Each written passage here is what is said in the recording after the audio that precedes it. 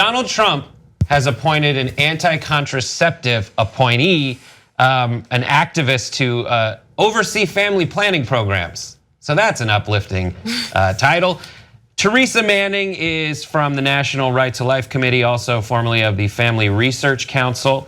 And she has been appointed to be the Deputy Assistant Secretary of Population Affairs for the Department of Health and Human Services, which oversees the Title X program, which gives out contraception pap smears to 4 million low-income people, and 2 million of whom are uninsured.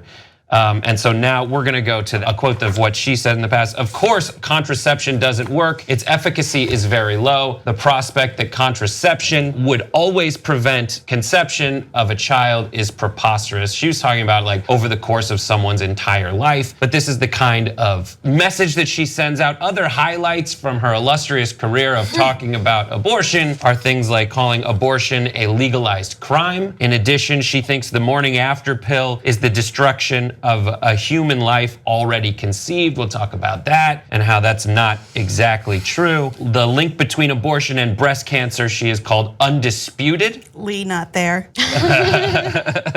Sorry. And then also I listened to this insanely long, illuminating interview that she did with NPR back in 2003, where one of her solutions to the changing, secularizing culture in America is to go to Hollywood and write pro-life scripts. That's me paraphrasing what she said, but that's part of her message. So what do you guys think seeing all this? It's painful. It is extremely painful. Look, here's the thing is I am a diehard pro-choice activist, right? And I think that's really, really important. But with that said, I do understand where pro-life people come from, right? And we're already seeing that sort of pattern for people who are pro-life, who are being put into these sort of family planning and health positions. When you're talking about, Tom Price and Yost and Talenta, who are saying things like contraception doesn't reduce abortions, which makes no sense whatsoever. But this woman is not only anti-abortion, she's anti-contraception, which is like mind-boggling. Right, her statement about contraception was saying that, she's saying that if you tell people to, from a very early age, use contraception, it is proven that condoms are only like 99% effective. That is her logic. Her logic is, and over the course of, don't do it at all. So yeah, like that's it. And that's exactly the heart of what's wrong with her. Is she just says these strange little pockets of what she thinks to be logic, but doesn't offer a solution. Those aren't strange pockets of logic. Those are patently untrue. We have to prioritize facts above everything. And that's hard because we have tribalism of whatever ideology, but we have to put facts first. And what she's saying here are patently untrue. This is one of the lowest times of unintended pregnancies, of teen pregnancies ever, and that is largely due to the prevalence of contraceptives available now.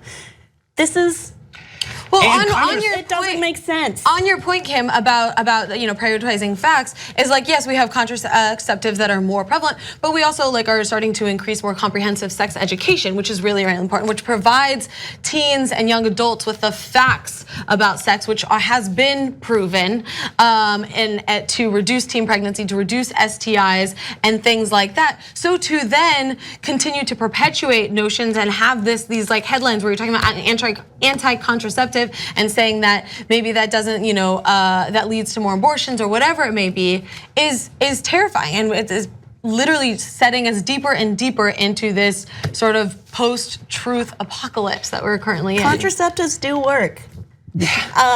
Abstinence-only education does not work. You can't tell people don't have sex because I read a book I like that said don't do it. It doesn't work that way.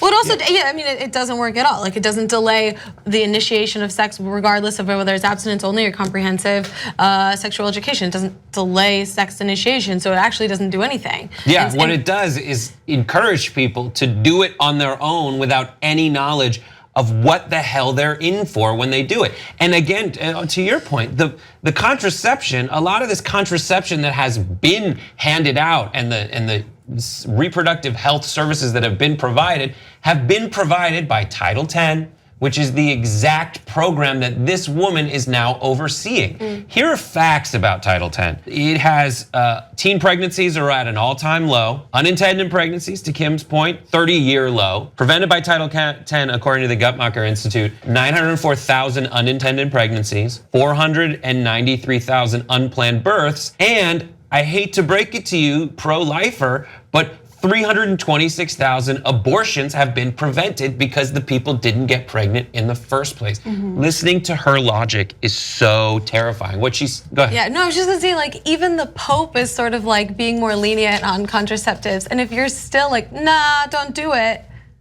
I feel like you even might be from on a the wrong financial side. aspect, Yeah. this Right. is the right choice to make. Like, this was a point made in the original Freakonomics, which was when birth control became more available, it stopped unintended pregnancies from happening. that's It's Roe v. Wade. After Roe v. Wade, Right. they saw a huge increase in like the economy and decrease in poverty and things like that. If this in the is 70s. available. Yeah. And we have to respect these facts. Donald Trump thinks it's cute or hilarious to put people who are vehemently opposed to the very committees that they're overseeing. Like, we have anti-climate change people in front of places that would decide policy regarding that. It's not funny or hilarious or showing that you're the boss or whatever. This is causing long-term damage. I mean, I supported Bernie Sanders 100%, but I voted for Hillary Clinton because she had one great thing going for her. She wasn't Donald Trump. When people say things like, oh, it would have been exactly as bad if Hillary Clinton were president, no, it wouldn't. Look at this. People's health is going to suffer, and these are things you cannot reverse the adverse factors of. Yeah, this is going to affect an entire generation. It's going to disproportionately affect low-income people who can't afford, contraception or the ability to like learn about these things and any sort of component without sort of like the protection from healthcare, Title X, and programs like that, Planned Parenthood, whatever it may be. It's going to disproportionately affect these people, and that's why he does it, because he doesn't care. He doesn't care about people who are struggling. He doesn't care about people who are not in the top like 0.001%. Right, and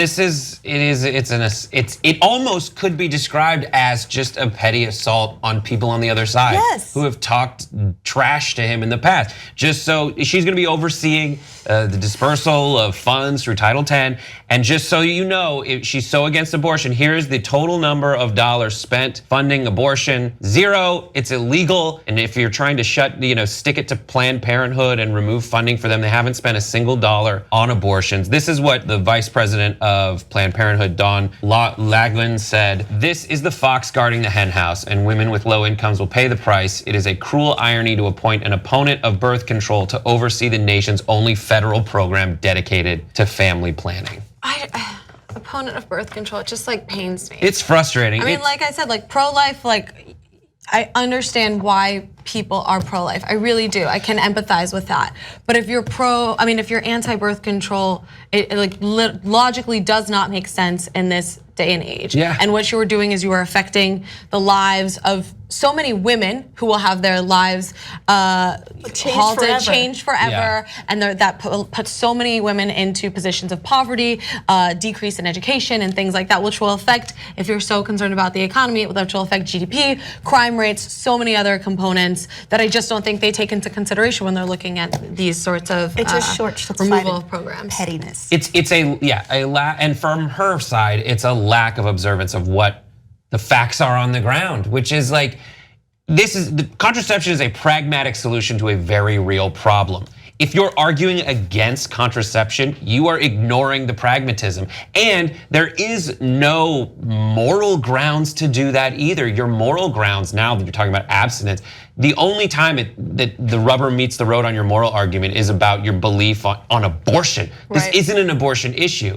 And when she points out things about the morning after pill, it's been widely said by experts that the morning after pill is a contraceptive. I mean, what she's talking about when she says that it is the destruction of a fertilized, it's not. Well, she's talking about the way you normally use Plan B is you take it and it will not stop a pregnancy that has already started. One of the things it does is if an egg has been fertilized, it prevents it from sometimes attaching to the uterine wall and then developing. So just like an unfertilized embryo, it will eventually pass out of the woman. So that's what she's talking about, the small span of a few days of multiplying cells. But then we're focused so much on that tiny thing that we're eliminating the solution that everyone has come to, which is just use contraception, use protection, and don't fight against it completely.